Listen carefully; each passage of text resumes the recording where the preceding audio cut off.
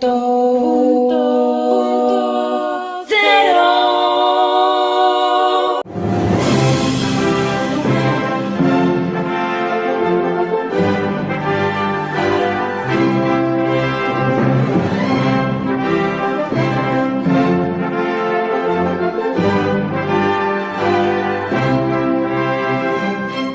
el acto celebrado el pasado día 21 de noviembre de 2025, recordamos juntos la figura de Enrique Pajón Mecloy. Acompañado por su esposa y su hijo, compartimos un homenaje lleno de respeto y emoción. Gracias por acompañarnos. Muy buenas tardes. Muy buenas tardes a todos y muy agradecidos por estar aquí, muy agradecidos también al Ateneo de Madrid por cedernos este espacio cálido donde hablar y poder dar las gracias y reconocer los méritos de un gran ilustre ateneísta. Hoy le brindamos este reconocimiento a Enrique Pajón Mecloy. Voy a hacer unas pinceladas, voy a dar unas pinceladas de su biografía, porque luego aquí nos acompaña su esposa, Ana Leira, su hijo Ignacio, que ellos abundarán en todo lo que no dice una mera biografía, así que es muy escueta. Está presente. Está presente. No, Enrique no está presente. No, ahora lo comentaré Sí, yo. no ha podido venir, su salud y tal. Bueno, Enrique Pajón Mecloy es hijo de inmigrante español y madre cubana. Nació en Encrucijada, Las Villas, Cuba, el 25 de enero de 1930 y muy pronto se traslada con su familia a Espasante, en La Coruña. Yo aquí me tengo que enorgullecer porque soy orensana, entonces por la pequeña parte que me toca. Era el lugar de origen de su padre. A los 8 años se queda ciego por la explosión de un artefacto y a los 13 ingresa en el Colegio de Ciegos de Pontevedra, que era uno, o es, no sé si sigue funcionando, era uno de los 5 colegios que llegó a tener la ONCE en régimen de internado. Posteriormente cursa en Madrid el bachillerato, también en un colegio para ciegos.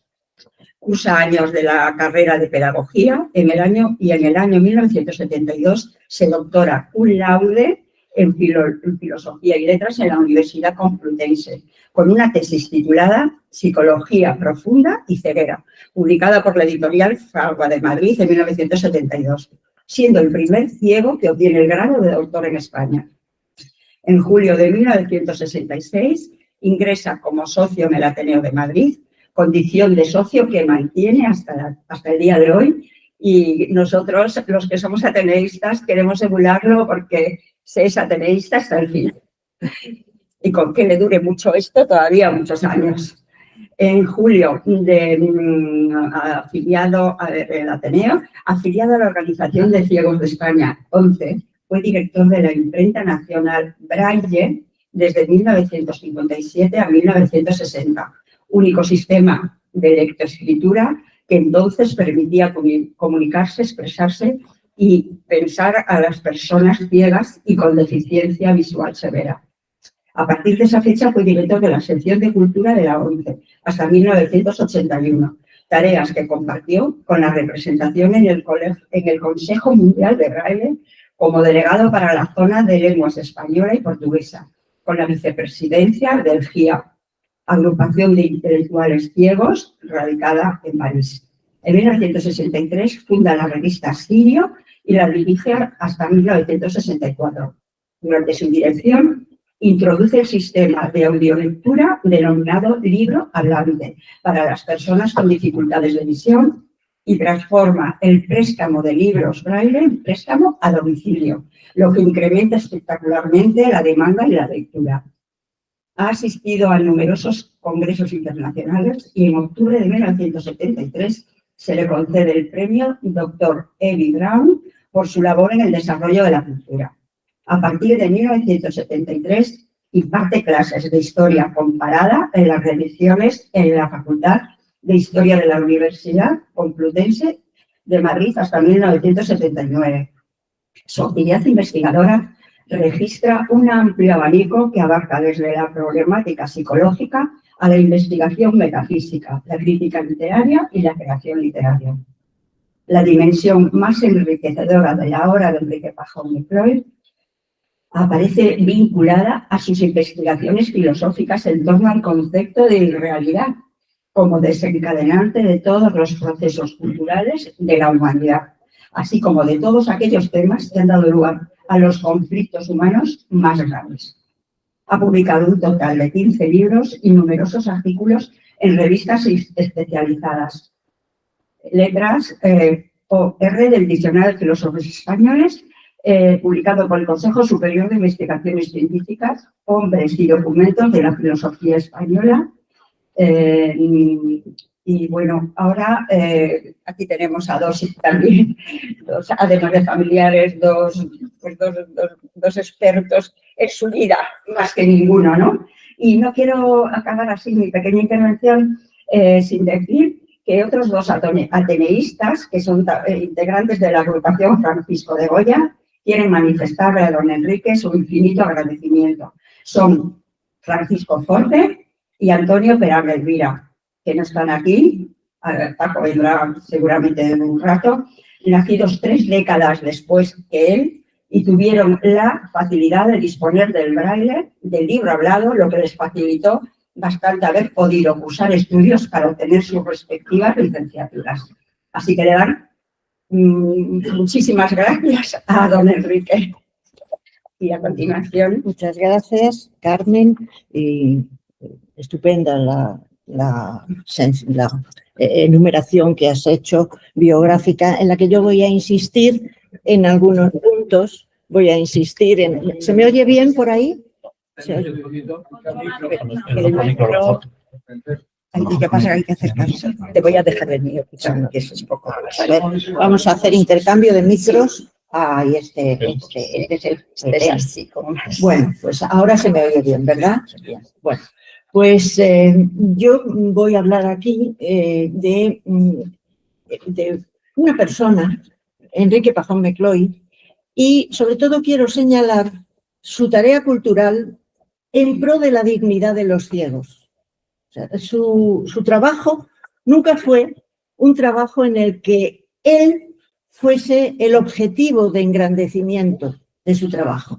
Su trabajo fue siempre un trabajo para lograr que los ciegos, además de los logros de la Fundación de la ONCE, que era poderse autoalimentar, de poderse tener un sueldo, de poder mantener una familia, de poder servir como seres humanos normales e integrados en su sociedad y en su entorno, además de eso, pudieran, mediante la cultura, adquirir la dignidad de todo lo que sus capacidades les pudieran permitir. Que eso era el paso siguiente. El paso primero es poder vivir. El paso siguiente es el alimento espiritual. Es la cultura como medio de dignificar a las personas. Ese fue siempre su objetivo. Quiero, por lo tanto, agradecer a las personas que me han dado oportunidad de insistir en esta figura muy querida para mí, muy querida para su hijo, pero les aseguro a ustedes que aquí, hoy, ni un átomo de cariño va a engrandecer nada que no sea lo que la historia y la biografía ha concedido a la trayectoria vital de esta persona. Ni un átomo de cariño. El cariño yo lo he dejado en casa. Hoy aquí lo que tengo es biografía, pura y dura, historia. Entonces, quiero empezar por agradecer, en primer lugar, al Ateneo. Al Ateneo por esta oportunidad, por esta mente abierta, porque acoge a las personas con dificultades visuales, porque las respeta, porque permite que hablen, se comuniquen, pregunten, manifiesten sus inquietudes y utilicen sus instalaciones. Gracias, en primer lugar, al Ateneo. Gracias a don Francisco Forte, que va a venir y que ha sido una persona abierta para que esta sesión que estamos llevando a cabo hoy pues se pueda realizar. Gracias muy sentidas a don Bernabé Martínez, porque ha sido el alma de toda esta posibilidad de recuerdo, de homenaje y de explicación de lo que ha sido la trayectoria de toda una vida. Yo sé que sin don Bernabé Martínez no se habría hecho nada de esto. Y junto a él, también gracias a César Delgado, que ha sido ahí nuestro interlocutor, el puente que nos ha permitido comunicarnos, a veces en el más absoluto anonimato. Me llegaban, pues me dicen esto, y a don Bernabé le llegaba también la información por mi parte. Muchas gracias a los que han permitido esto. Y por supuesto, ya digo, gracias a don Bernabé por su esfuerzo, por su trabajo, por su revista. Gracias a César, el artista y además el amigo que ha estado ahí siempre, que no ha desfallecido cuando desfallecía casi todo el mundo. Pero bueno, eso es otra cuestión. Y gracias al público asistente por asistir, por estar aquí, por acompañarnos. Algunos amigos, otros con los que Enrique ha tenido menos contacto, pero indudablemente todos curiosos, todos interesados y todos positivamente asistiendo a este acto. Por lo tanto, no duden ustedes que tanto mi hijo como yo y Enrique, cuando se lo cuente, se lo agradecemos. ¿Cómo empezar?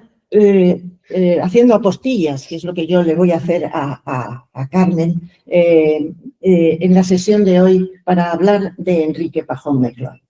Voy a empezar como si de un cuento se tratase, porque los cuentos son maravillosos, los cuentos son forzadores de sueños. Y érase una vez un niño que nace en Cuba, efectivamente, en Encrucijada, en las villas, hijo de padre emigrante, no viajero, no paseante, emigrante. Y quiero señalar esto hoy, porque en estos días es importante señalar cuando una persona sale de su tierra, abandona su país, porque necesita comer, nada más, necesita vivir, necesita prestar atención a sus primeras necesidades, porque su país no se lo permite. Por lo tanto, hijo de emigrante, pero además de emigrante por muchos costados, porque ese emigrante que sale despasante y que se va a Cuba, sin papeles, y que se tiene que esconder en la frontera y no puede bajar del barco porque no le permiten bajar del barco y se tiene que escapar.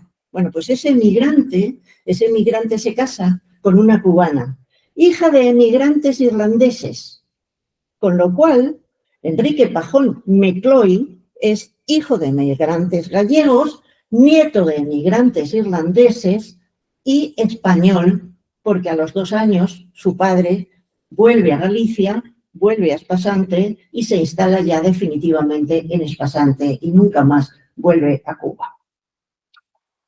Bien, ese niño, un niño despierto, movedizo, absolutamente curioso, trasto. Es un niño que estudia, que va al colegio, que tiene 8 años y que se encuentra un día un artefacto que brilla, que no sabe lo que es, no sabe, pero lo que sí sabe es que aquello puede ser muy bonito si le pone fuego. Y le pone fuego. Y pierde la vista y pierde 2 falanges. Pierde 2 falanges de su mano. Ese niño tiene 8 años. Estamos en plena guerra civil. Guerra civil que no toca demasiado a Galicia como contendientes en lucha, pero sí con fusilamientos, sí con represiones. Bien, pues ya en esa Galicia de 1938, este niño se queda ciego. Y lo primero que piensa, atiendan ustedes, 8 años, lo primero que piensa es, ¿qué va a ser de mí? ¿Cómo voy a poder trabajar? Porque en mi pueblo, el que no va al mar para pescar, está arando la tierra. ¿Qué voy a poder hacer yo? Y lo primero que hace es pedirle a los padres un acordeón, porque por lo menos con el acordeón podrá pedir limosna en las ferias, tocando música. Pero le faltan las falanges. Y como le faltan las falanges, toca muy mal el acordeón. El acordeón no le va a servir para que le dé nadie nada por desafinar en las ferias. Pero, claro, es un niño muy movido. Y entonces tiene su pandilla y se sube a los árboles. Y como no ve, no tiene vértigo. Y entonces coge piñas y las tira. Y esas piñas valen para venderlas, para la lumbre, para las lareiras. Con lo cual, desde muy pronto, él tiene conciencia de que hay que dignificarse siendo útil para uno mismo y para la comunidad. Eso tiene, buenas tardes, conciencia desde el primer momento. Y ese niño, a los 11 años, se encuentra con que puede perfectamente trabajar. ¿Y cómo? Pues sus padres tienen un molino y entonces decide trabajar de noche, que el molino no pare, dormir de día, y mientras el niño puede trabajar por la noche, el molino duplica su rendimiento y, por lo tanto, trae beneficios a la familia. Ese niño, por lo tanto, es a los 11 años molinero. Es un molinero. Y se siente satisfecho. Duerme de día, trabaja de noche. Todo eso le ha dejado secuelas. El sueño de Enrique ha sido siempre un sueño muy catastrófico, porque, claro, tiene desde la infancia completamente el sueño alterado. Pero eso le ha permitido a veces escribir de noche, y todos esos libros que ha dicho Carmen, que ha escrito, pues muchas veces han sido gracias a haber sido molinero y haber dormido de día y haber trabajado de noche. Bueno, ese niño, a los 13 años, esa familia, recibe un oficio de una institución recientemente formada, la Organización Nacional de Ciegos. Y en ese oficio se dice que toda familia que tenga un ciego en su familia se presente inmediatamente para escolarizarlo. Ese niño que venía de Cuba tiene 13 años. Tiene 13 años, los padres dudan, ¿cómo vamos a mandar a nuestro hijo a un internado? ¿Cómo vamos a desprendernos de él tan joven, tan inexperto? Inexperto. El niño dice que de ninguna de las maneras, que se va al internado ya.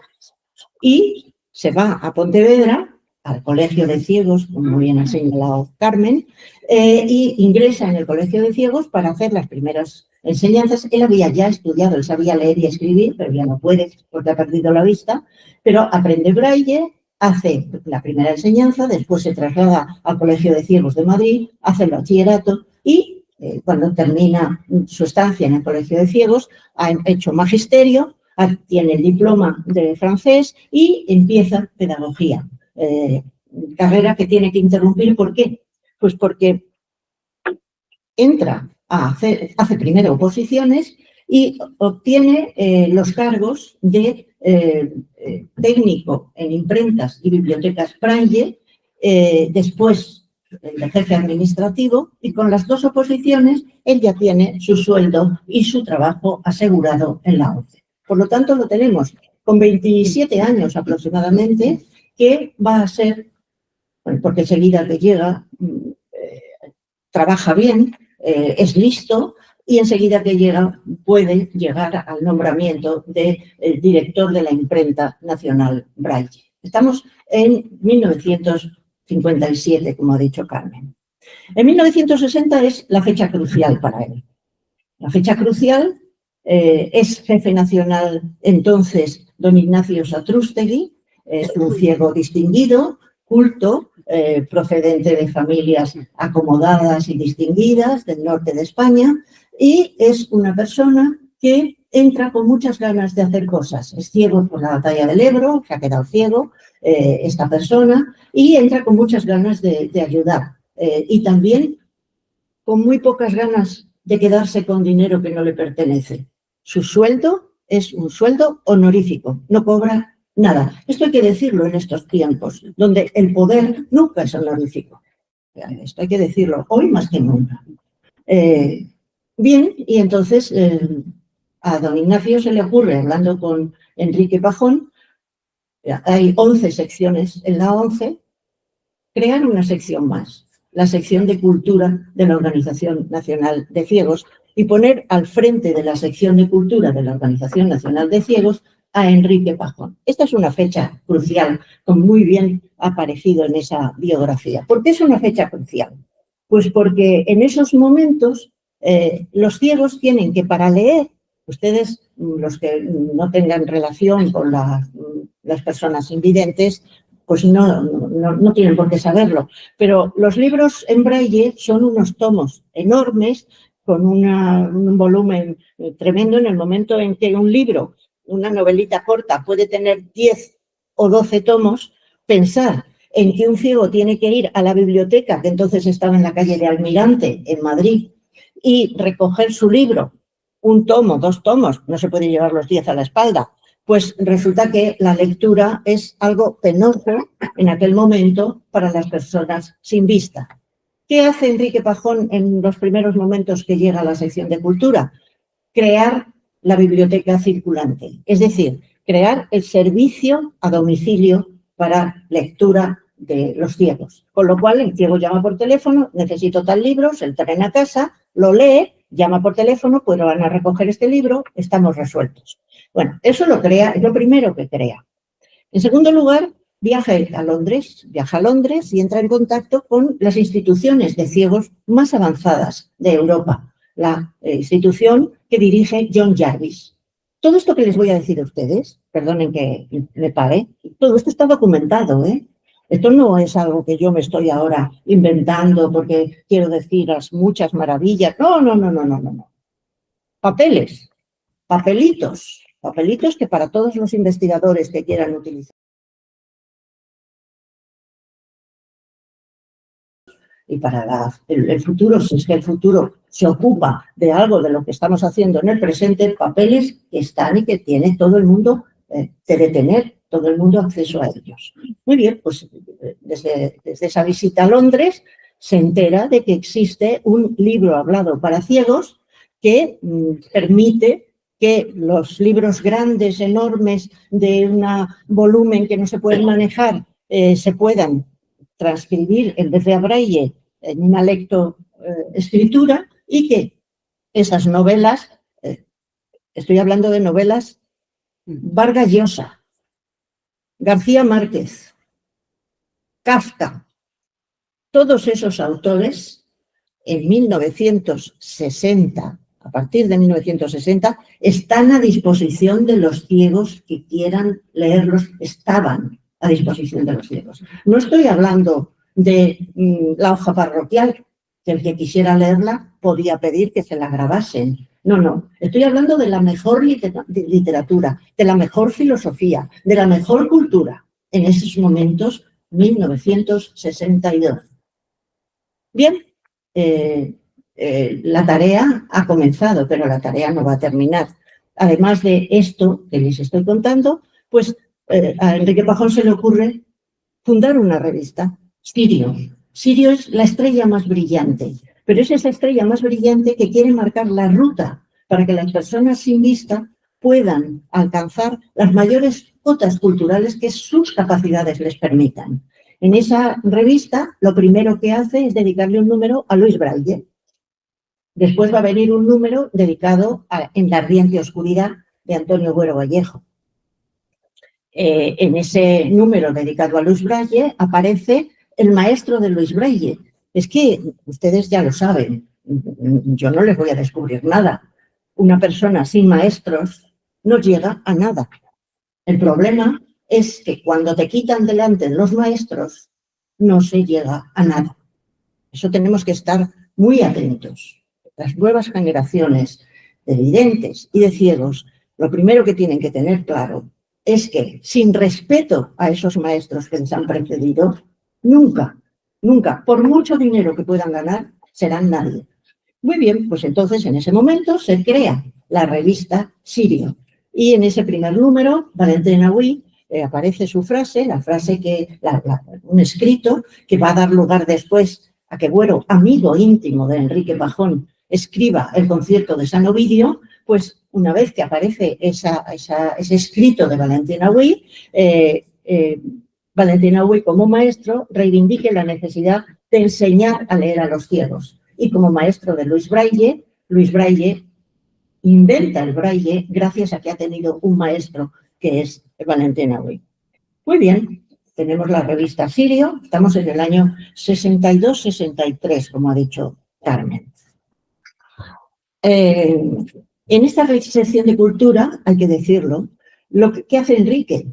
Pues decir, tengo que crear un grupo sólido y invita a participar como profesionales y como trabajadores de su equipo a un cúmulo de licenciados. Licenciados en Derecho, licenciados en Pedagogía, licenciados en Filosofía, licenciados en Historia, y esa gente está ahí colaborando para lograr lo mejor, para decir, aquello era un seminario, yo he trabajado en ese grupo, mis compañeros eran excepcionales, allí cada tarde era un seminario, llegaba alguien, ¿has leído esto? ¿Ha salido esto otro? Las revistas que se consultaban, Cuadernos para el Diálogo, Triunfo, las mejores revistas del momento, Cambio 16, todas esas revistas estaban a nuestra disposición en aquel momento y para sacar de ellas pues lo mejor de las informaciones y lo mejor de los libros que tenían que pasar a escribirse en braille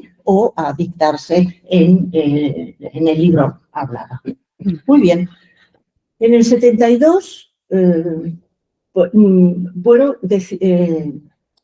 muy amigo de Buero, en el 72, Enrique decide presentarse a la Facultad de Filosofía, terminar sus estudios de filosofía y doctorarse en filosofía. Y efectivamente, se presenta con una tesis, como han dicho, Psicología Profunda y Ceguera, y en esa tesis trabaja sobre algo que él mismo ha fundado. Ha fundado la revista, pero ha fundado también una revista para niños, Prometeo. Una revista para niños en la que eso nadie lo entendió. Es una pena, pero a veces las cosas hay que decirlas muchas veces, y aunque se digan muchas veces, no se entienden. Pero bueno, hay que machacar. En la revista Prometeo tenía una peculiaridad, y es que no había un primer premio. Se hizo un concurso para que los niños que leían la revista, que era una revista infantil y juvenil, si querían escribir, pudieran escribir. Y en el concurso Prometeo, lo que se hacía es eliminar el primer premio. Lo que había era tantos primeros premios como niños escribiesen, niños ciegos, niños de 6 años, de 8 años, que estaban empezando a escribir y que escribían a lo mejor 3 renglones, con un esfuerzo tremendo, en braille. Bueno, pues esos niños tenían derecho a un primer premio, si eran 5 como si eran 6. No decir, este es el que mejor escribe. La competitividad feroz en la que estamos inmersos en estos momentos, en la que metemos a nuestros hijos para que después tengan que ir al psicólogo, esa competitividad feroz es la que de ninguna manera estaba presente en el concurso Prometeo. ¿Qué decían? Iba a decir las malas lenguas. No, eran las lenguas ignorantes. Malas lenguas no había, eran ignorantes. Bueno, pues los ignorantes lo que decían es, ¡oh! A todos premio, a todos premio. Pero si tienen 6 años, si tienen 8 años, ¿cómo se les va a obligar a que sean ya los más listos en la clase? Bien, pues esto fue el Prometeo. Y esta fue la base de un intento de estudiar los problemas de la ceguera a partir de cuentos escritos por niños ciegos. Y esa fue su tesis doctoral.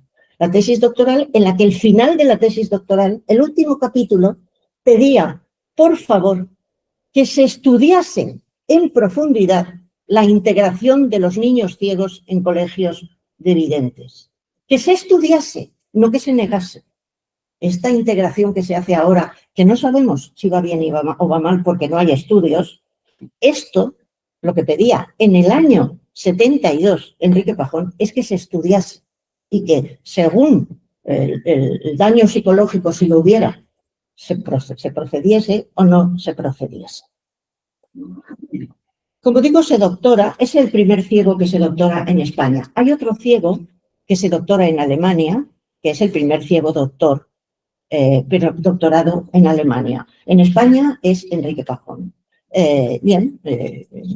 se casa en el 1973 conmigo, y en un viaje a Miami, sí, digo que se casa conmigo, no vayan ustedes a pensar que se casó con otra y luego aparecí yo.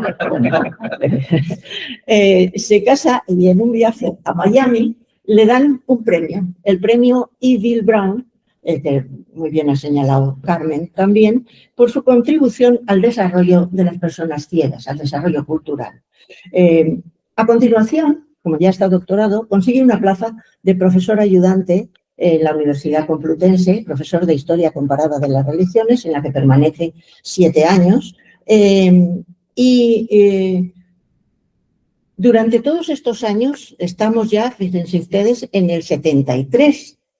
Bueno, pues en todos estos años en que él está al frente de la sección de cultura de la Organización Nacional de Ciegos, recibe varias denuncias al jefe nacional, a los jefes por encima de él. Una de las denuncias es porque se ha atrevido a publicar El romancero gitano de García Lorca. La otra denuncia es porque se ha impreso el libro rojo de Mao, cuando el libro rojo de Mao estaba en todas las librerías, en el momento en que, porque si no, ¿de dónde lo iba a sacar él? En chino. No, el libro rojo de Mao estaba en todas las librerías y por lo tanto se podía conseguir cualquier ciego que tuviera al lado o que iba simplemente a una librería y lo compraba. Y la revista Sirio pasaba una censura brutal cada vez que sacaba un número. Era verdaderamente dejarse la piel el equipo que trabajaba en esa revista para poder sacar el número correspondiente. Es decir, las dificultades enormes, enormes. El reconocimiento, bueno, un sueldo. En 1981, ya a las puertas de la democracia, el 81 la democracia se instaló en España, afortunadamente, y ya veremos cuánto dura, en 1982. Bueno, pues en ese momento ya instalada la democracia, Enrique Pajón, en 1981, recibe el cese. Un cese absolutamente legal, porque la ONCE tenía una estructura piramidal donde el jefe nacional funcionaba como el presidente del gobierno, que tiene la potestad de nombrar cargos de confianza y destituir a los cargos de confianza sin tener que dar cuentas. Por lo tanto, el cese fue absolutamente legal. Pero con una peculiaridad.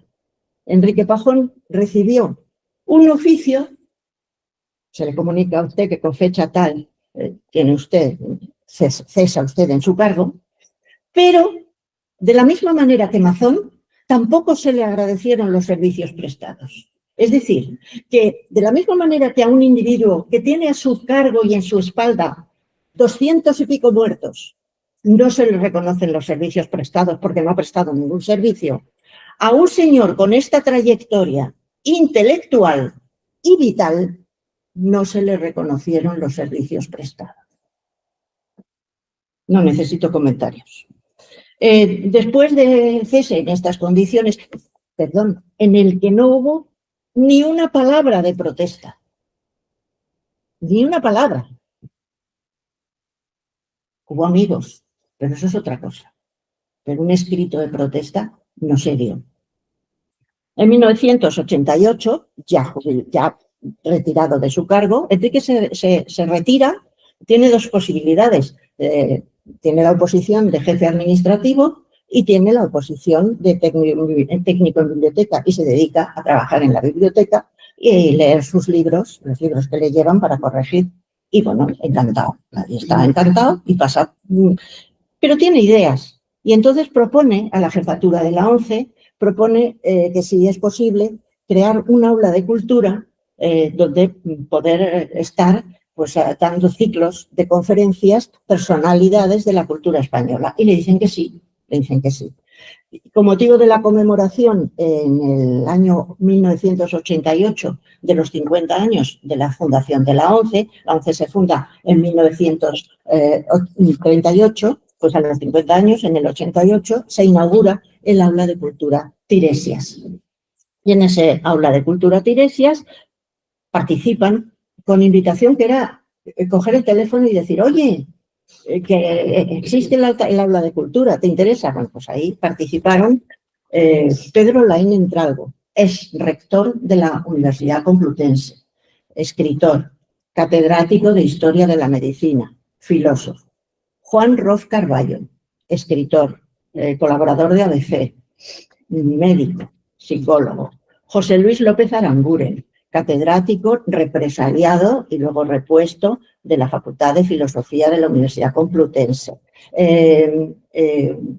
José Luis Pinillos, Premio Príncipe de Asturias de las Letras. Y ya les digo, era coger el teléfono, José Luis, hay esto, hay una conferencia, ¿te interesa venir?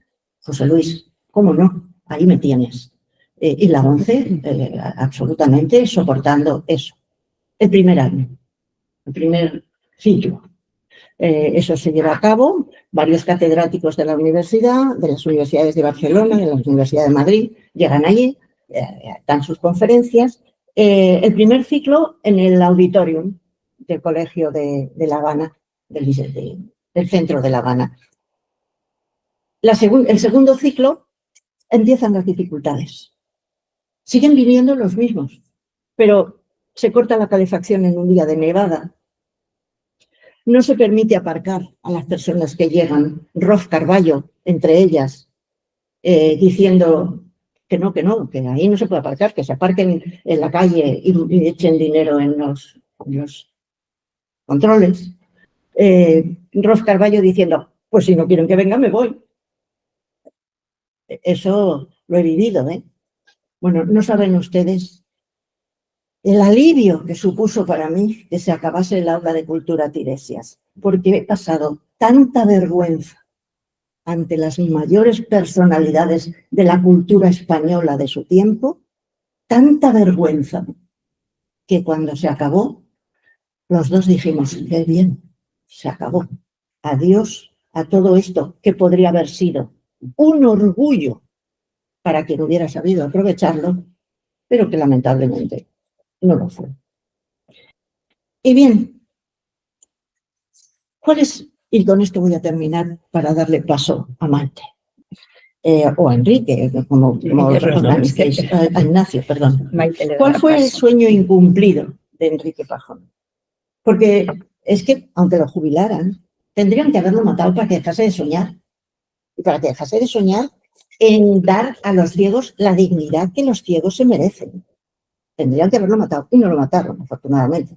Bueno, pues el sueño incumplido era una escuela de traductores. Él tiene publicado un artículo en el Inserso sobre el trabajo intelectual y los ciegos. Esa preocupación que tenía a los 8 años, de qué va a ser de mí, en qué podré trabajar sin vista, sin recursos, de padres pobres, qué va a ser de mí, ciego. Pues ese ciego tenía el sueño de que el trabajo intelectual para un ciego depende solamente de sus capacidades y de que los recursos que hay, que ya la ONCE tenía, estuvieran a su disposición, como estaban. Por lo tanto, su sueño era crear una escuela de traductores. Un día fue a visitarle, ya digo, con esto termino, un día fue a visitarle al despacho, a la sección de cultura, el director de la Biblioteca Nacional. Y el director de la Biblioteca Nacional le dijo, tenemos verdaderamente cientos, casi miles de libros en otros idiomas que la traducción es muy cara y es difícil. Además de la traducción, el conocimiento de las materias es muy difícil. Pero Enrique le dijo, se puede crear una escuela de traductores para ciegos donde la ONCE pueda apoyar ese trabajo que es tan caro y que además sean los ciegos los que trabajen como traductores, no trabajen, por supuesto. Respuesta.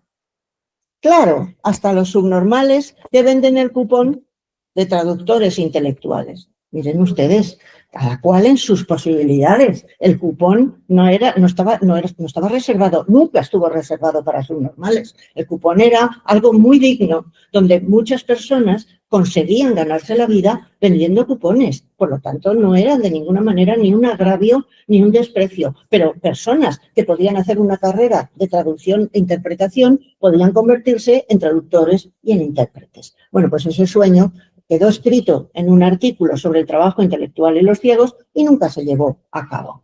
Y nada más, esta es la vida. Fue muy feliz, sigue siendo muy feliz. No se acuerda de nada de esto. Si ahora mismo estuviera aquí y ustedes le preguntaran, no se acuerda, porque tiene una capacidad enorme para olvidarse de lo que no interesa recordar. Y eso es, yo se lo recomiendo también a ustedes. Yo estoy mucho más reconcomida que él. Yo se lo recomiendo a todos ustedes. La mejor salud es precisamente hacer lo que uno cree que debe hacer y después olvidarse de todo lo demás. Buenas tardes.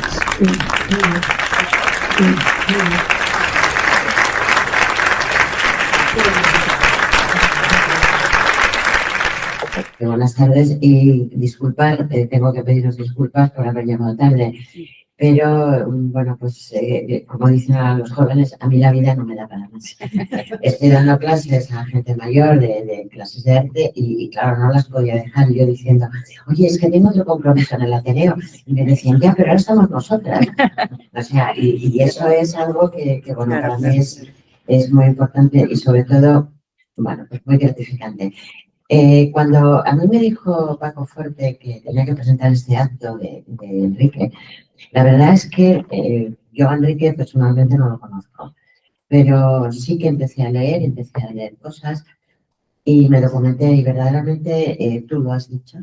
La vida de Enrique es una vida muy llena de montones de cosas. No se puede hacer tanto en tan poco tiempo. Yo le preguntaría, que se lo preguntaré un día, pero ¿tú dormías en algún momento?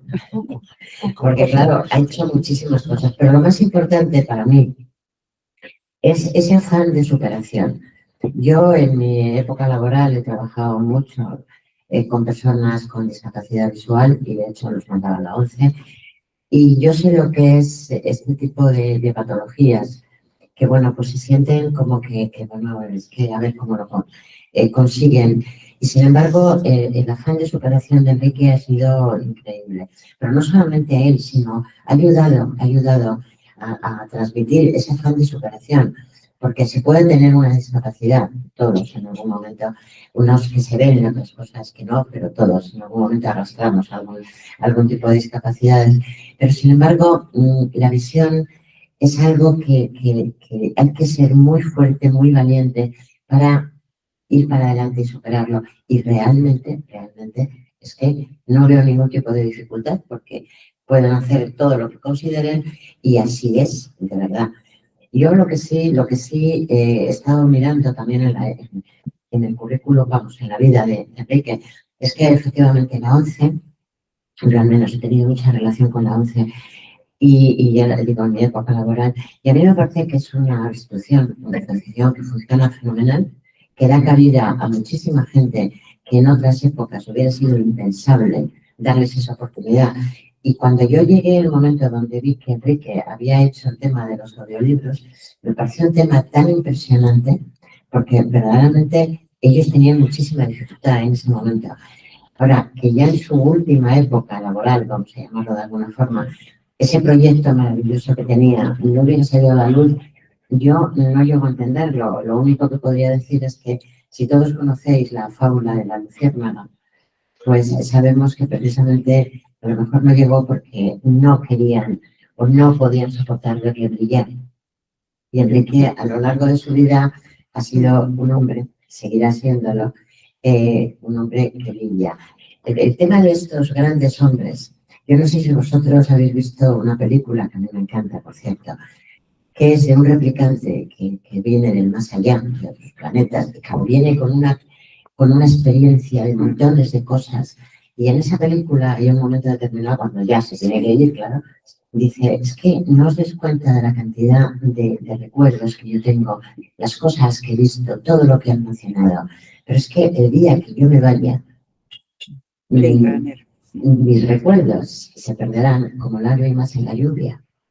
Y eso yo creo que no debe pasar en el caso de Enrique, ni en muchos casos de personas que han tenido ese tipo de relevancia y que gracias a Dios, nosotros, de esta generación nuestra y sobre todo veo que también hay gente más joven, nosotros, como aquí decimos en el Ateneo, Vicente lo sabe muy bien, somos enanos a hombros de gigantes.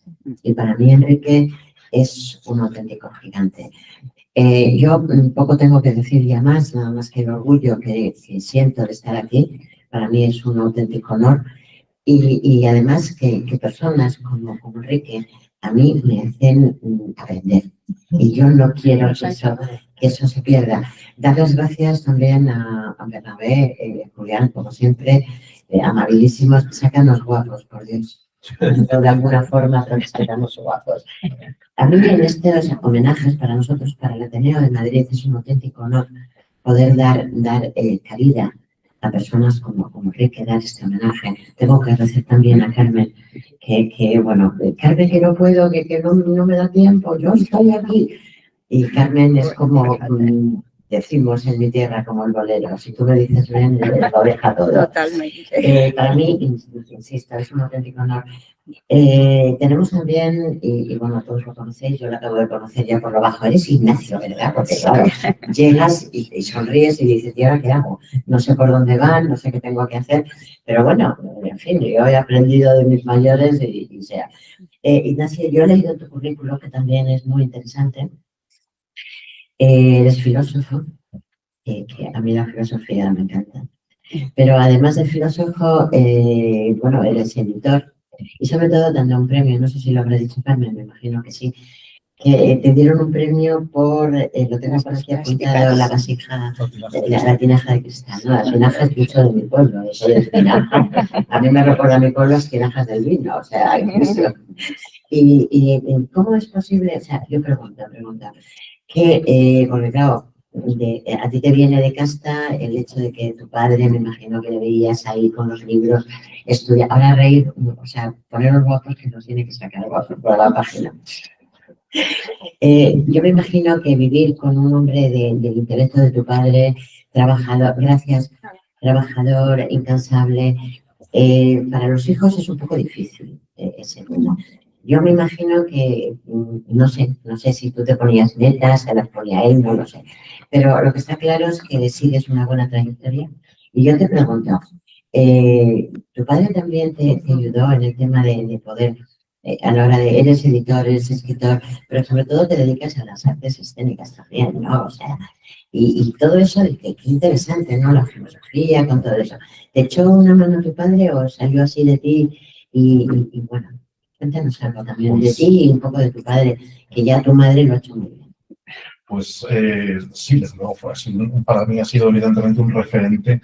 Precisamente de eso también quiero hablar hoy, en esta oportunidad maravillosa que me brindáis. Quiero contar precisamente también parte de ese aspecto que ha tenido mi padre para mí como un auténtico maestro, no solamente un maestro como en el fondo cualquier padre lo es, sino más allá de eso, un maestro intelectual, un maestro filosófico que me ha servido muchísimo para conocer el mundo de la filosofía, para aproximarme al mundo de la cultura. Quiero, antes de empezar a tratar todo este tipo de cuestiones, quiero también sumarme al agradecimiento a los organizadores que ha planteado mi madre al principio de su intervención, al agradecimiento al público por asistir y por estar hoy aquí acompañándonos durante esta tarde, y especialmente el agradecimiento al Ateneo, que ha sido una institución muy importante para mi padre en su vida, en su formación intelectual, y que también me ha transmitido. Yo también soy socio del Ateneo, soy ateneísta. ¿Y por qué no te conozco yo? Si yo soy de las antiguas. Si yo soy de las antiguas. A ver, ¿qué está pasando con estas generaciones?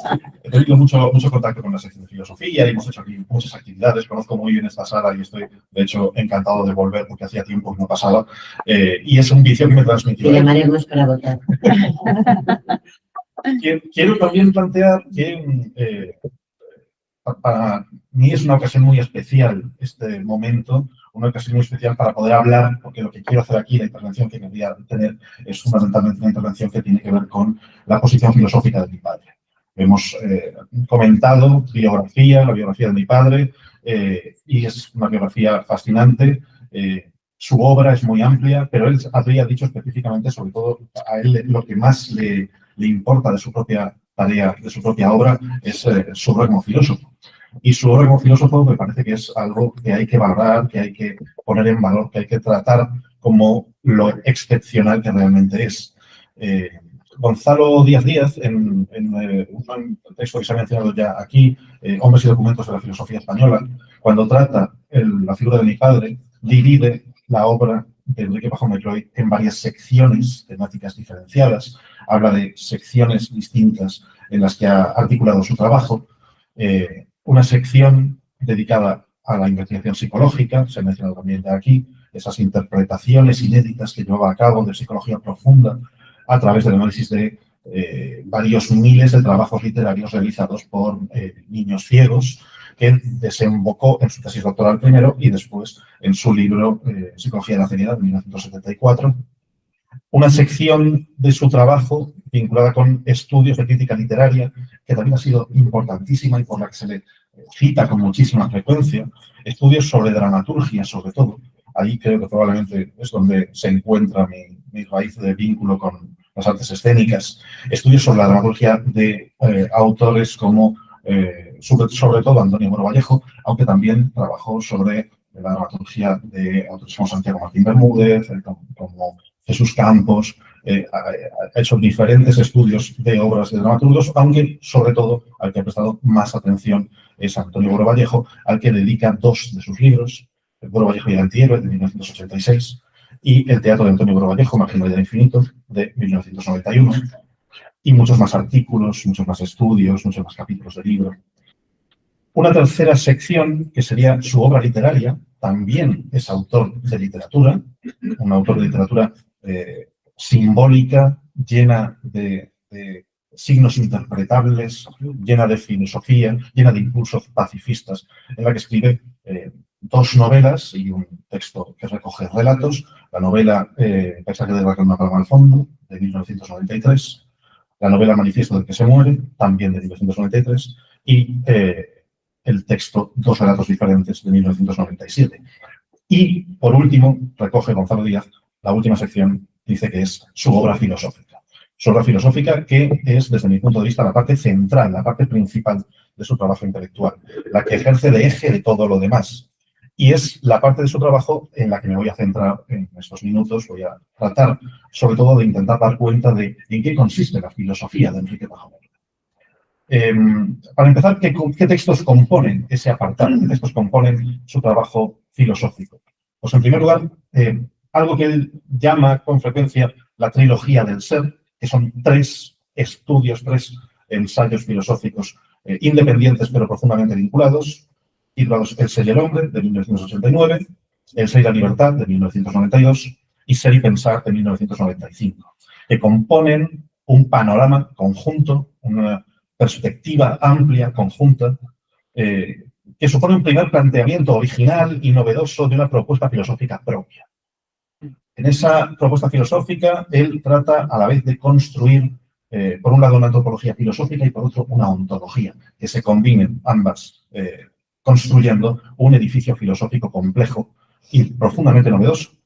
Y tiene, como también se ha dicho en la presentación, tiene como noción clave, como piedra angular de esta posición filosófica, la noción de irrealidad, que es una incorporación terminológica a la filosofía realizada por él, que va a continuar siendo núcleo central de su trabajo intelectual en otros textos. Escribe después Voluntad de hombre, en 1999, y La República de la Libertad, en 2004, donde profundiza en los aspectos éticos que tiene que ver esa noción de irrealidad con la ética, de qué manera afecta al comportamiento del ser humano. Un texto que a mí me parece precisamente de los más fascinantes de su trabajo es El irrealismo, publicado en 2002, que es el texto en el que produce la profundización y sistematización de los aspectos ontológicos de su trabajo, y un texto también profundamente interesante, algo más tardío, de 2010, que se titula Filosofía y ausencia, en el que lleva a cabo matizaciones respecto del papel de los aspectos y dimensiones negativas de su ontología, el papel de la negación, el papel de la ausencia, el papel de la semejanza, el papel del no. planteados de una forma profundamente interesante. Además, hay dos estudios realizados sobre su obra, que también quiero mencionar. Un libro que coordinó María Fernanda Santiago Bolaños en el año 2000, que se titula Enrique Pajón, Educador de Sentimientos, dedicado por entero a su obra. Y otro libro coordinado por Raúl de Pablos, que es hoy profesor de la Universidad de Puerto Rico, titulado La ciudad, la amistad y la palabra, encuentros filosóficos con Enrique Pajón, Francisco José Ramos y Diego Tatián, que son tres filósofos, Enrique Pajón español, Francisco José Ramos puertorriqueño y Diego Tatián, que es argentino, que sirven de eje vertebrado de esa monografía. Aparte de esta bibliografía, si analizamos su obra, diría que se trata fundamentalmente de la formulación de una filosofía propositiva, original, en una época, hay que ponerlo también todo en su contexto, una época a finales del siglo XX, principios del siglo XXI, donde hacer filosofía de esa manera no estaba precisamente de moda. Se había convertido en cosa de otras épocas, de otros momentos. La filosofía de ese momento histórico estaba más bien vinculada con el comentario de las aportaciones de autores anteriores. Nos habíamos creído, en esa margen de años, el discurso que hablaba del final de la historia, el discurso que hablaba de que la historia estaba acabada, que ya no iba a acontecer nada que fuera históricamente relevante y, por lo tanto, tampoco nada filosóficamente relevante. Y que la filosofía tenía que transformarse en una mera hermenéutica de autores ya consagrados pertenecientes a los periodos anteriores. Y contra esa forma de pensar de su tiempo, mi padre se revela, mi padre decide que no está de acuerdo con ese planteamiento y que considera que es esencial seguir llevando a cabo filosofía que sea propositiva, filosofía que sea la construcción de una interpretación del mundo. Así que compone una interpretación del mundo cuando nadie más lo está haciendo. Ahora, sin embargo, las tornas han cambiado y ya ese no estar de moda que tenía ese tipo de filosofía en ese momento ya tampoco es algo vigente, al contrario, ahora echamos de menos los discursos capaces de realizar propuestas filosóficas, propuestas de ordenación del mundo y de comprensión del mundo que nos sirvan para un mundo sin referentes como el mundo en el que vivimos. Así que ahora, digamos, el mundo es mucho más proclive a este tipo de planteamientos, pero en aquel momento no lo era. ¿Cuál es la propuesta exacta que plantea filosóficamente mi padre en la teología del ser y en el irrealismo? Son, digamos, los ejes fundamentales de esta propuesta filosófica. Pues intenta llevar a cabo una formulación de una ontología irrealista capaz de superar la mayor parte de las disyuntivas filosóficas a las cuales la filosofía se lleva enfrentando desde la época clásica. Filosofía que de alguna manera había sido entendida siempre a través de confrontaciones conceptuales clásicas del tipo racionalismo-empirismo, materialidad-inmaterialidad, inmanencia-trascendencia, mente-cuerpo, etc. Todo ese tipo de confrontaciones clásicas que venían siendo el eje vertebrador de la discusión filosófica y en la que los filósofos se ponían siempre de un lado o del otro dentro de esa confrontación, lo que hace mi padre es plantear una manera de rebasar esa conflictividad, de superar esos planteamientos, en el fondo dualistas y a menudo profundamente simplistas. Y para ello se establece en su obra la necesidad de repensar esos conflictos clásicos desde una nueva categorización ontológica. Necesitamos nuevas categorías, nuevos conceptos que nos permitan enfrentarnos a ese panorama y superarlo de alguna manera. Esta nueva categorización empieza por la reformulación de la naturaleza de la conciencia en tanto que proceso. Me gustaría, si me lo permitís, traer directamente aquí con nosotros su voz y leer un texto en el que lo dice de una forma, desde mi punto de vista, especialmente clara. Cito su texto. Dice: a primera vista, pudiera creerse que la conciencia solo puede ser investigada mediante la introspección, como lo hicieron los filósofos modernos, tanto en el seno del idealismo como de la fenomenología, y muchos psicólogos en diversos aspectos, o mediante la observación de su desarrollo a lo largo de su proceso evolutivo. Se olvida, a nuestro entender, otra vía, a niveles filosóficos, tan importante como la introspección. Se trata de atender a los productos que la conciencia ha plasmado, especialmente en figuras míticas y literarias, pero también a través de otras manifestaciones artísticas o incluso científicas. Esta capacidad creadora de la mente humana, examinada no solo a la luz de los resultados, sino sobre todo de sus presupuestos radicales, permite un análisis inusual del problema con el que, por una parte, se superan los estudios que condujeron al solipsismo y al idealismo, y por otra se abren las investigaciones a un campo nuevo, o al menos poco explorado. Según este nuevo enfoque, los esfuerzos de la mente por traer a la escena de la conciencia nuevas figuras o cuadros o iluminar con luz nueva los que ya están siendo representados, no tienen como campo de acción el mundo de la realidad.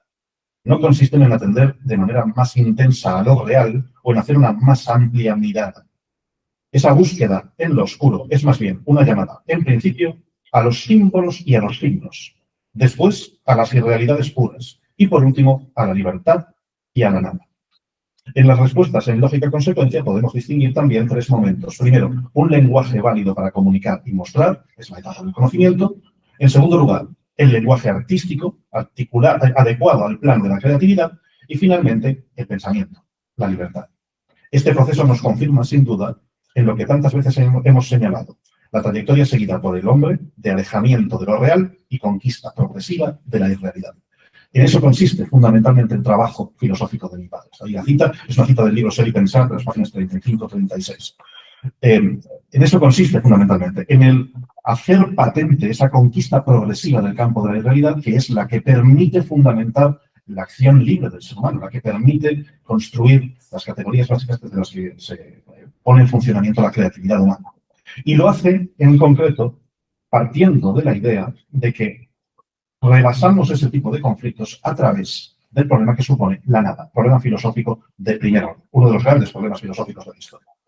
Específicamente habla con mucha frecuencia a lo largo de sus obras de la necesidad de recuperar la pregunta por la nada. Cito también, muy brevemente, un texto del irrealismo en el que dice: del hombre, antes de decir que tiene ser, es necesario decir que comprende la nada. He ahí el verdadero punto de partida. El hombre comprende lo que no existe. En vez de repetir la pregunta que interroga por el ser, lo que procede más bien es hacerse la pregunta que interroga por la nada. Una cita muy significativa en la que está planteando allí mi padre la cuestión básica que ha atravesado la filosofía, prácticamente diría que desde Parménides hasta Heidegger. En el momento en el que Parménides empieza a plantear que el centro del discurso tiene que ser el ser, aparece una pregunta por el ser que ha centralizado una gran parte del discurso filosófico, que va a evolucionar a lo largo de la historia y que va a llegar hasta Heidegger, que ha sido uno de los grandes referentes filosóficos de su construcción filosófica, de mi padre, y él encuentra que esa pregunta tiene que ser complementada por la pregunta que nos interroga por lo negativo, nos interroga por lo ausente, nos interroga por lo ficticio, nos interroga por todos aquellos aspectos que tienen mucho más contacto directo con la noción de la nada que con la noción del ser. Ahí es donde crece ese concepto filosófico de la irrealidad. La irrealidad entendida como fuente de verdadera libertad, fuente de las dimensiones, de las distintas dimensiones que tiene la libertad para nosotros, seres humanos. La libertad ya ha sido también un concepto que ha tenido muchísimos avatares diferentes a lo largo de la historia. Ha habido muchos autores que han entendido la libertad desde una perspectiva digamos, solamente vinculada con el hecho de ser interiormente libres, autores que han entendido que solamente hay realmente libertad si somos exteriormente capaces de llevar a cabo actos, si somos autónomos en la toma de nuestras decisiones. Aquí se produce una transformación también de la noción de libertad para incorporar una dimensión creativa. La libertad de la creatividad, la libertad, la verdadera libertad humana, es la libertad que está vinculada con su capacidad creativa. Creativa en un sentido artístico, claro, por supuesto en un sentido amplio. Cito también muy rápidamente, no quiero entretenerme demasiado con ello, pero quiero citar también la forma en la que mi propio padre lo expone en su libro El ser y la libertad, que está específicamente dedicado a esa cuestión. Dice allí: la figura literaria es lo siempre posible que nunca puede convertirse en realidad, porque en tal caso dejaría de ser posible, perdería la infinitud que constituye su esencia. Nos encontramos ante el componente simbólico que todo verdadero ser humano añade a sus determinaciones reales. Es decir, es la figura literaria donde encontramos precisamente el campo más amplio de la libertad porque una figura literaria está atravesada por la infinitud. Porque una figura como Don Quijote es una figura que tiene inevitables infinitas interpretaciones, inevitables infinitas reencarnaciones. En cambio, las figuras de la realidad, que somos, por ejemplo, nosotros, nunca vamos a tener todo ese tipo de expansividad ontológica. No vamos a poder ser cualquier cosa, no vamos a poder tener infinitas variables. Hay una enorme diferencia. ¿Dónde está entonces la libertad humana? La libertad está precisamente en el campo de la construcción de figuras de esta clase. La libertad creativa es entonces la que define al ser humano. No se trata de una libertad exclusiva de los grandes artistas. No tenemos que pensar que lo que está planteando es algo así como solo es libre el que produce una cumbre creativa. No, no. Todos nosotros, seres humanos, somos seres humanos porque tenemos esa capacidad creativa. Y la prueba está en el comportamiento de cualquier niño que siempre está creando figuras míticas propias, que siempre está inventando juegos, que siempre está dibujando, que siempre está poniendo en ejercicio permanentemente esa creatividad, porque es su manera de acceder a lo que realmente le permite ser humano, que es ese acceso a la irrealidad. ¿Y de dónde procede esa posibilidad de acceder a un ámbito en el que somos plenamente libres? De la emergencia, dice mi padre, de lo irreal desde la negación. Esto es uno de los elementos más importantes de su pensamiento filosófico. Cito, última cita que hago de sus textos, cito uno de los textos de El ser y el hombre, el libro con el que empieza este planteamiento filosófico, y allí dice mi padre: la importancia de primer orden que tiene el interrogar no ofrece dudas. Preguntamos porque algo nos falta, porque la comprensión de un determinado problema precisa un dato más, es decir, porque lo negativo aparece en el horizonte del mundo de la conciencia. Notamos la falta porque el hombre ha logrado el acceso al no. Se ha hecho consciente de la negación, pero lo que nos falta es algo positivo, es algo que se convierte en objeto de una esencial conquista, la conquista que nos convertiría en seres humanos completos. Bien, aquí aparece en el trabajo de Enrique Pajón el planteamiento de una superación de todos esos conflictos de los que estaba hablando antes, esos conflictos derivados de la propia historia de la filosofía, en la que se ha postulado la idea de si las esencias de las cosas son separadas de los particulares o están unidos a los particulares, si el concepto de vaso está de alguna forma unida a este particular vaso, o si se trata de algo que es independiente de los vasos. Ese tipo de planteamiento tradicional, clásico, que en el fondo ha hecho que discutamos durante 2000 años sin llegar nunca a ninguna clase de acuerdo, él propone como planteamiento alternativo, como planteamiento original y novedoso para reflexionar sobre él, el proceso de conceptualización como desrealización. Lo que hacemos cuando construimos un concepto es eliminar de aquello que tenemos delante su particular real y quedarnos con esa huella que queda detrás. Quitarle al particular lo que tiene de real mediante su negación y, por lo tanto, generar el concepto desrealizado. A partir de los conceptos, el ser humano puede empezar a jugar creativamente, en un ámbito no determinado por las reglas necesarias que determinan el ámbito de la física, el ámbito de la realidad, el ámbito de lo fáctico. Y por eso, el ser humano puede empezar a construir alternativas infinitas y absolutamente libres, porque puede combinar conceptos con absoluta libertad. Podemos hacer algo que no hay en el mundo, aportándolo desde nuestra creatividad. Podemos tomar el concepto de hombre, tomar el concepto de caballo y construir el concepto de centauro, que nunca nos vamos a encontrar en el universo físico, en la realidad. Podemos empezar entonces a crear figuras míticas, figuras literarias, figuras artísticas, que nos permiten esa infinita variabilidad. La obra de Enrique Pajón, desde mi punto de vista, y con esto termino, creo que entonces tenemos que entenderla fundamentalmente desde ese ángulo. Tenemos que entender que se trata de una obra filosófica orientada a construir una ontología para la creatividad. Muchas gracias.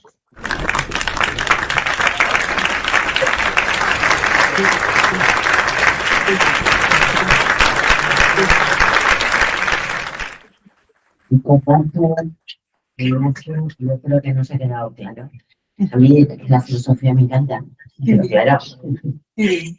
Nosotros aquí en el Ateneo, bueno, tú como ateneísta, los padres, bueno, claro, por supuesto, tenemos una costumbre que es, una vez que terminamos, no terminamos nunca, porque siempre seguimos debatiendo, que eso es algo fundamental.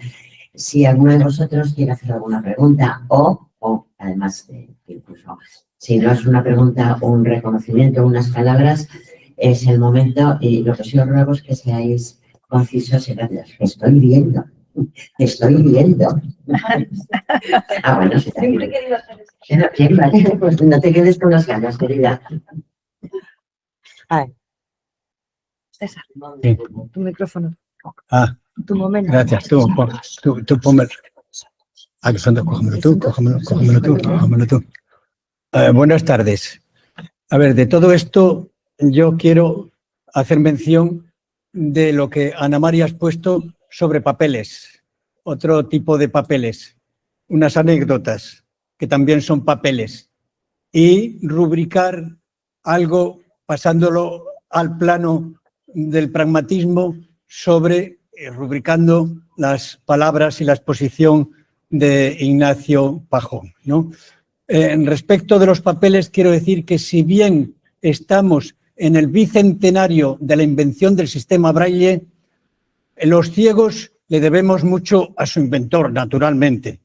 Pero en España, la persona más relevante que ha procurado la divulgación y la promoción del sistema Braille ha sido Enrique Pajón Mecloy.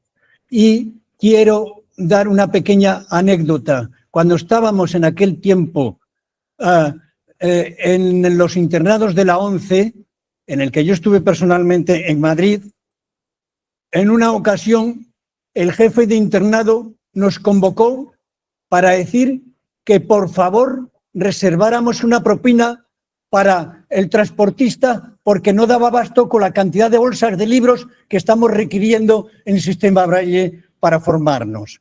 Aquello fue un boom extraordinario porque se iba a producir un sobresueldo para el transportista que casi se iba a hacer rico por la cantidad de libros que solicitábamos, ¿no? Bien, eso sería la filosofía, porque claro, aquí se ha hablado de un hexaedro cristalográfico de las facultades de Enrique Pajón. Una de las caras de ese hexaedro sería la filosofía a la que yo no puedo entrar porque soy un puñetero ignorante, ¿no? Pero sí quiero significar que el libro de su doctorado, Psicología de la ceguera, Psicología profunda y ceguera, supuso en su publicación una tremenda envidia de los contemporáneos, al extremo de que algunos que terminaban la carrera de filosofía decían: yo voy a hacer la antítesis de tu publicación, yo voy a contradecir todo lo que estás diciendo. Y Enrique Pajón contestaba: ¿pero lo has leído? Y claro, ¿qué pasa? Que a mí se me viene a la memoria unas palabras que se le atribuyen a Salomón y que van publicadas en el libro de los Proverbios del Antiguo Testamento de la Biblia. Y es que decía Salomón: la paz del corazón da una vida saludable. La envidia, sin embargo, corrompe los huesos y aniquila las conciencias mezquinas. Cada uno que se aplique lo que le corresponda. Bien. Sí, perdonadme unos segunditos más, solamente que me faltan varias caras del hexaedro, ¿no?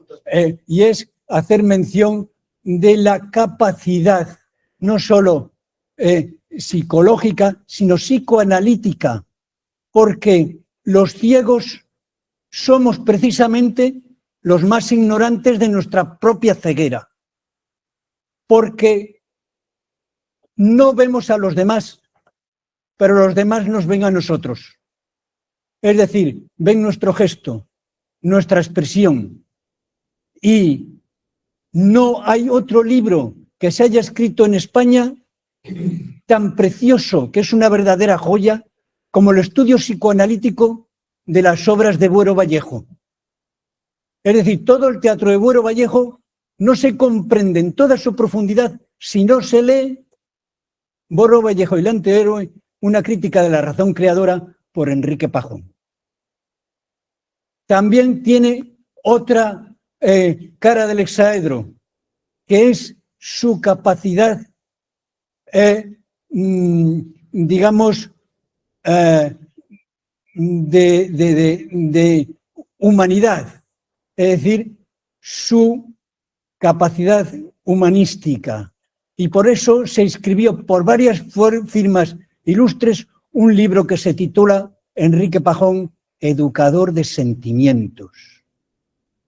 Y también quiero decir que hay otra cara, que es su capacidad pacifista, que él publica su libro Paisaje de guerra con una paloma al fondo porque le repelía enormemente la guerra, el enfrentamiento belicista, y estaba siempre con la puerta abierta de su despacho para llegar a acuerdos, para llegar a la concordia, para odiar el enfrentamiento.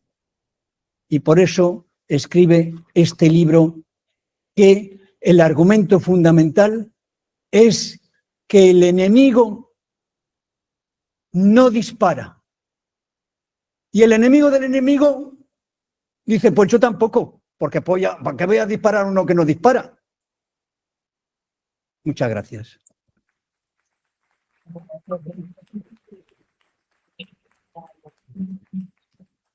¿Algo más? ¿Tiene alguna obra de teatro que no lo sé? Empezó una obra de teatro que tenía muy buena pinta, pero no llegó a terminarla, la dejó en un cajón y se ha quedado ahí en un cajón. Termínala tú. Pues muchísimas gracias, de verdad, con toda, y bueno, por supuesto, insisto que os pido disculpas por haber llegado un poco tarde. Y bueno, pues para mí ha sido un auténtico honor. Muchas gracias por vuestra asistencia, gracias a vosotros, Carmen, muchísimas gracias. Y bueno, pues hasta la próxima. Gracias.